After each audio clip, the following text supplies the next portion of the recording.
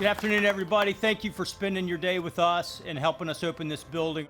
This is the next to last chapter in the construction of what we call the next generation of police facilities in Virginia Beach. This is an $8.9 million investment in the safety and in Virginia Beach.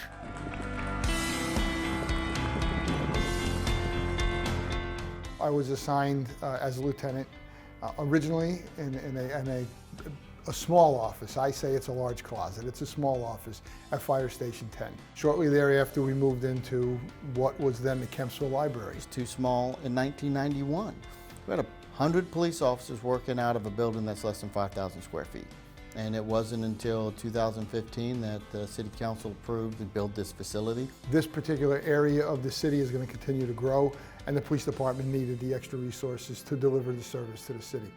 We needed to have a place by which they can maximize their efforts, to have state-of-the-art IT equipment.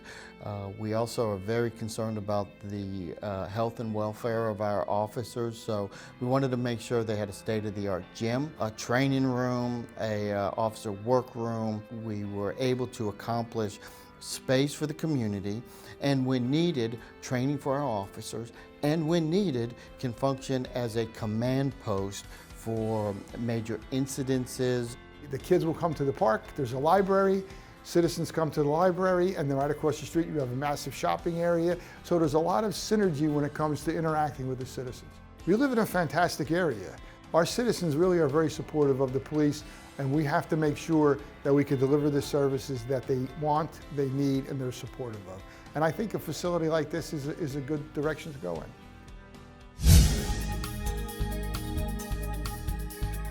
Hello and welcome to VB 411. I'm your host, Ms. Information, the know-it-all in City Hall, here again to bring truth and clarity to misconceptions and rumors. Today, we're going to take a look at the VBStrong Center, a facility that was established to assist members of our community who were impacted by the tragic events of May 31st at the Virginia Beach Municipal Center. Thanks to a $3 million grant from the Virginia Department of Criminal Justice Services, the city was able to partner with Centera Healthcare to provide a space for healing and recovery. But there still seems to be some uncertainty about who the facility is for and what kind of services it offers. Here from the VBStrong Center to tell us more are Roseanne Foggin, Interim Program Manager, and Yvette Yates, the Center's Wellness Coordinator. Thank you both so much for joining us today. Thank you. So tell me exactly, what is the mission of the VBStrong Center? The VBStrong Center is to provide support, hope, and healing to anyone in our community who's been impacted by the events of May 31st, 2019. And by anyone, we mean anyone. Certainly, we are focused on providing programs and connections for city employees. We're also focused on their loved ones, their families of choice, their children, significant others, families that might be close to home and abroad, as well as anyone else in our community who feels like this happened really close to home and has started looking at their day-to-day life a little bit differently. Okay, and what kind of resources are available at the center and who is eligible to make use of them? Anybody is able to make use of the services that we provide, whether you were directly or indirectly impacted by the events of May 31st. Some of the programs that we do offer there in our center are yoga, soul collage, and paint and process. All those services are free, and they're there so that they can help you heal and just get away from anything that is bothering you. Okay, so you said they're free, so there's no cost associated whatsoever with the services. Correct. None of those services that we offer there at our center are associated with any type of cost. Okay, so let's say that I'm visiting the center for the first time. What should I expect to happen? So you're going to meet a member of our team who will walk through what your connection to the event is, what are some of the struggles that you're experiencing as a result of May 31st, and what services, if any, you're already connected with. And through a process of having that conversation, they'll begin to work with you to develop a plan of action for how to move forward in a way that is healthy and hopeful and really has your kind of holistic mental health in mind. And so that first visit creates a plan. Okay, so if somebody needs to connect with an outside resource, how does that work? So outside resources, primarily mental health providers, want to hear directly from the person who wants to be involved with services. So as much as we'd love to be able to make those appointments for somebody, we actually do need the individual to make those phone calls themselves. If they want to make them right there with our navigator, who is part of our team, and with that person sitting with them, make those phone calls and set those appointments, we're happy to do that. If they want to take those names and numbers with them and work on it over the course of the next week, we encourage them to do that as well. They can also come back a week later and say, life happened, things get really busy, and we'll still be able to sit with them and make those appointments and then walk with them while those connections get established. Okay. Now, what would you say to someone who is watching this who might be on the fence or they're unsure about visiting the center? They don't have to come alone. They can bring a loved one, a friend, a neighbor, anybody that is going to help them make that first step to walk through those doors. We're all there. We want to help them heal and get them connected with the type of services that they're looking for. Okay. And where can people go to get more information about the VBStrong Center? Well, first and foremost, you can call us 24 hours a day, 7 days a week at 757-507-7200, or find out more about our center by visiting the website, VBStrongCenter.org. Okay. Roseanne, Yvette, thank you so much for coming out and sharing more information about this valuable community resource. Thank you. Thank you. And now you're in the know. Thanks for joining me today. Do you have a question you'd like to see us answer on the air? Well, you know what to do. Send an email to misinfo@vbgov.com and we'll get on it. See you next time.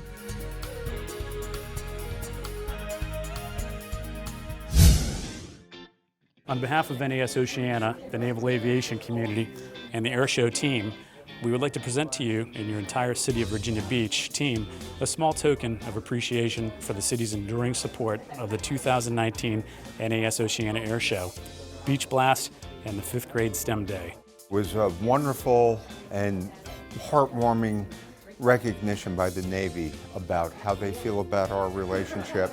And I can tell you this, we feel the exact same way. The presentation was just one of the small things that we could do to go ahead and recognize the outstanding efforts that the city employees did.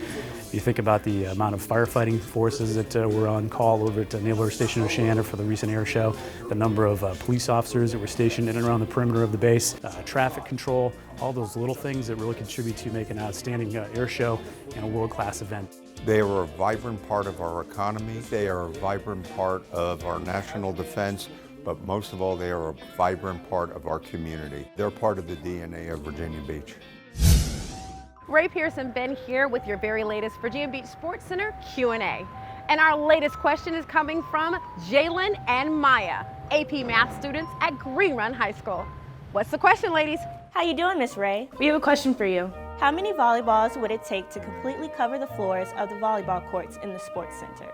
A, 21,784 volleyballs, B, 46,237 volleyballs, or C, 97,200 volleyballs? Now that's a good question, ladies. Is it A, B, or C? Just tell us, ladies. The answer is C, 97,200 volleyballs. The answer is C because there are 24 volleyball courts. Each volleyball court is 30 by 60 feet, and each volleyball is 8 inches in diameter. Therefore, it would take 97,200 volleyballs to completely fill the floors. Thank you, Jalen and Maya, for that challenging volleyball question. We're sending you all and your classmates some VB Sports Center love as you celebrate Greenway High School's 40th anniversary. Virginia Beach is blessed with beautiful parks, beaches, and waterways. We're very, very proud of our Parks and Rec and what we offer to the people of Virginia Beach to make us the most livable city in this country. Today we're celebrating the grand opening of Phase 2 of the Thalia Creek Greenway. I like the natural area, and because I live at the Cosmopolitan, which is like 2 or 3 blocks away, this is very inviting to come and walk. We do get quite a few grants through VDOT, Virginia Department of Transportation. They're very helpful.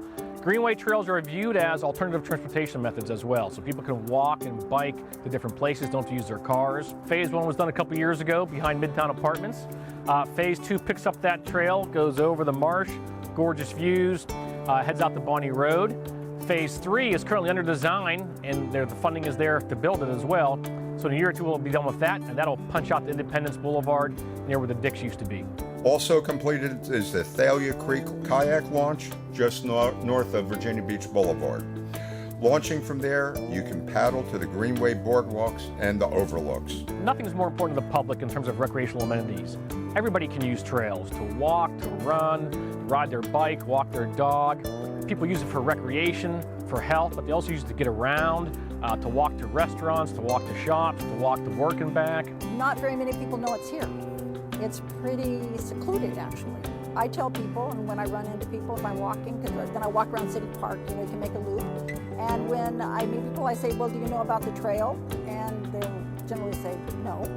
But now I think it will get more popular. Town Center, and you can see it on a clear day. It's so beautiful. Right here in this urban core, we got this little piece of nature, places where people can walk and get out and enjoy the nature. And that's what quality of life is all about. If you're gonna live or work in Town Center, you also need places like this to improve the quality of life.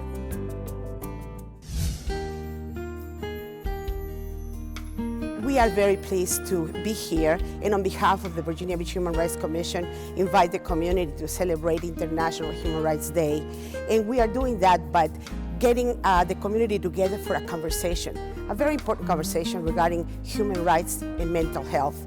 And the conversation is going to include not only experts, but also a lot of organizations that are bringing resources for the community. We wanted to do this to show that there is a need for us to have a better understanding of people with mental health conditions and to give more support and to sort of maybe become an advocate for people with mental health conditions and their families.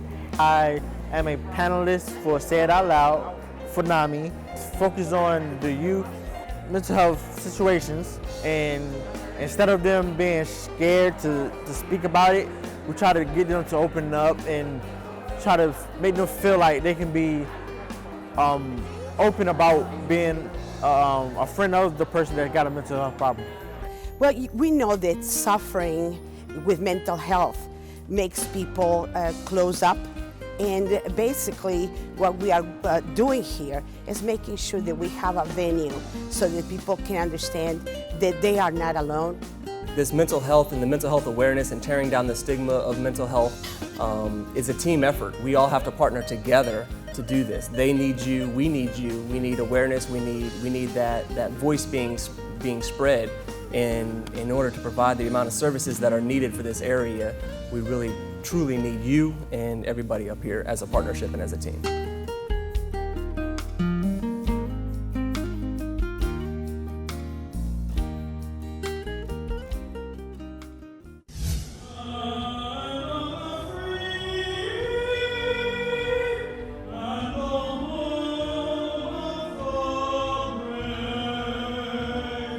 Good afternoon.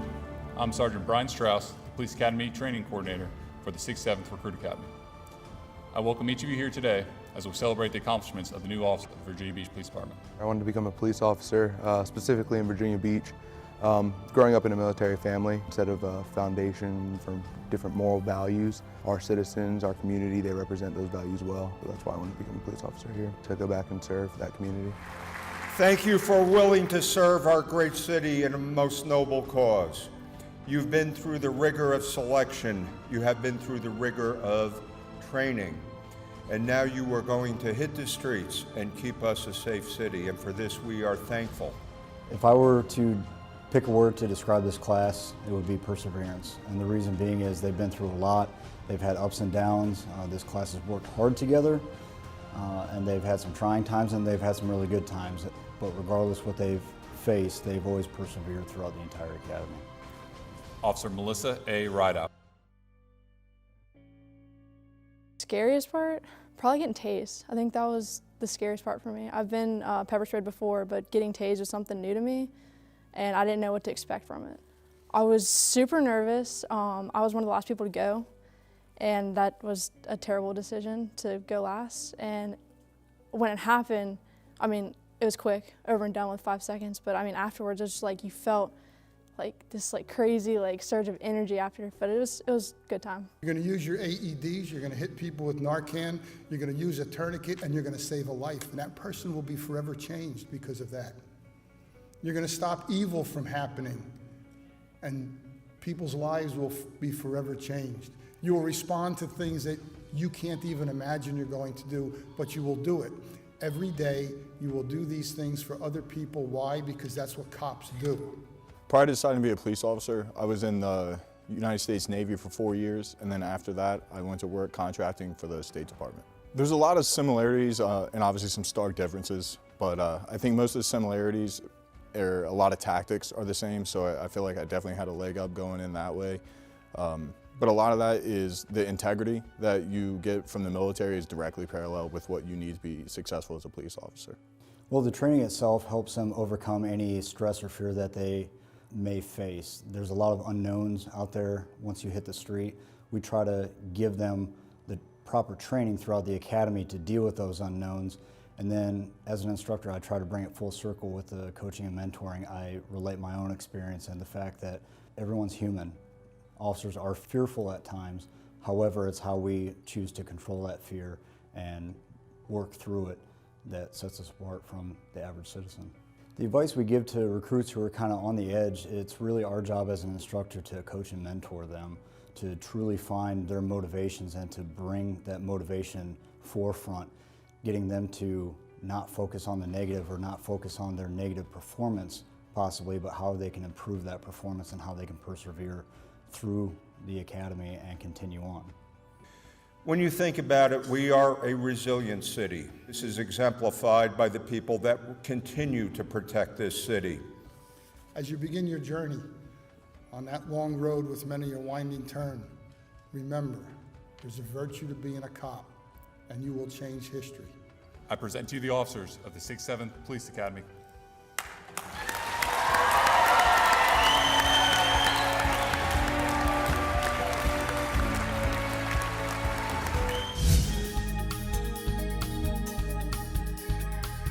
Hello and welcome to VB411. I'm your host, Ms. Information, the know-it-all in City Hall, here again to bring truth and clarity to misconceptions and rumors. Now today we're saying goodbye to 2019 with a look at an invaluable city information resource. Now here at VB411, we take pride in being purveyors of information, keeping our residents informed about city programs and services, and helping clear up the murky waters of confusion around issues. Everything from why you can't sled on Mount Trashmore when it snows to why we replenish the sand on our beaches.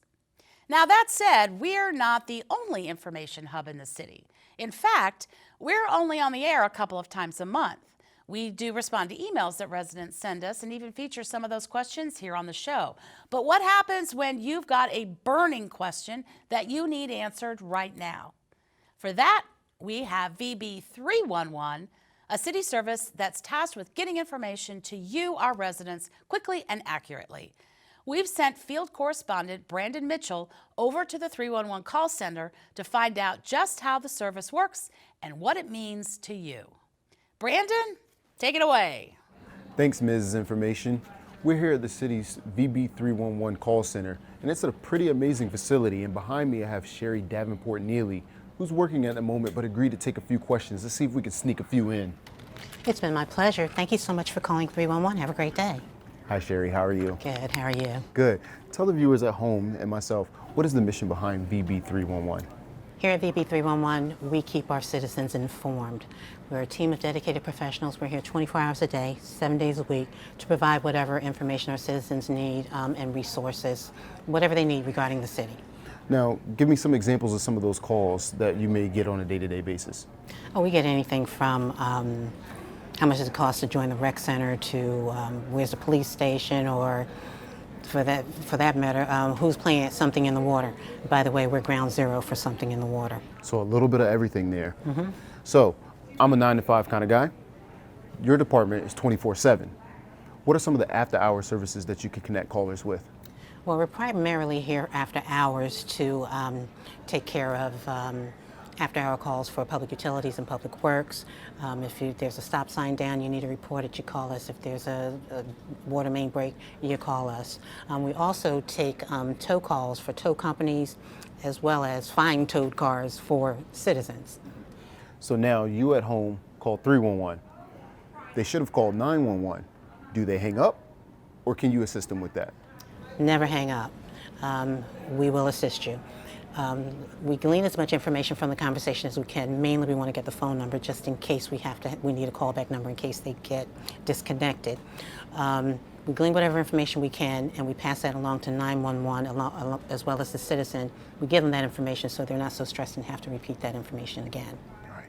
Now, speaking of calling, is calling the only way you can reach 311? Absolutely not. There are several ways to reach us. We have a chat system that is on vbgov.com. We have an email system where you can reach us at eccsvb311@vbgov.com. We have C-Click Fix. We also have Report a Problem. They're both available on vbgov.com. And we also launch VB Alerts. That's another way that we reach our citizens. VB Alerts. And if, by the way, you're not signed up with VB Alert, you should sign up. It's a very important system to be signed up with. You can get that at vbgov.com/VB Alert. So there you have it. Sign up for VB Alerts. Get all your information that you need. That's the 411 on 311. Back to you, Ms. Information. Thanks, Brandon. Oh, one last question for your expert before you go. What's the strangest call you've gotten at 311? We get many strange calls at 311. One of the craziest calls that we've gotten is a call that came into a 311 center that the person thought was in their city.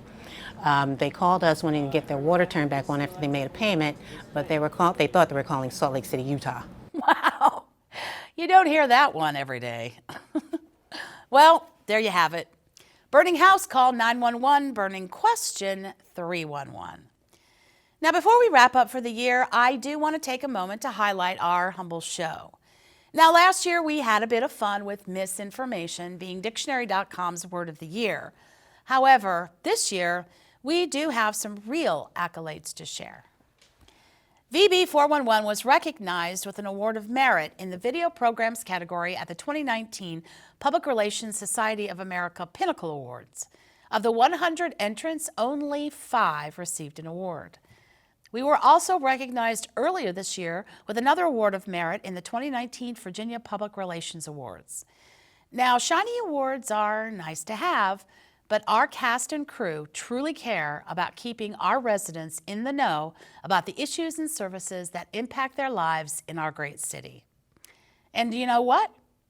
We're going to keep doing it. And hopefully, pick up another trophy or two along the way.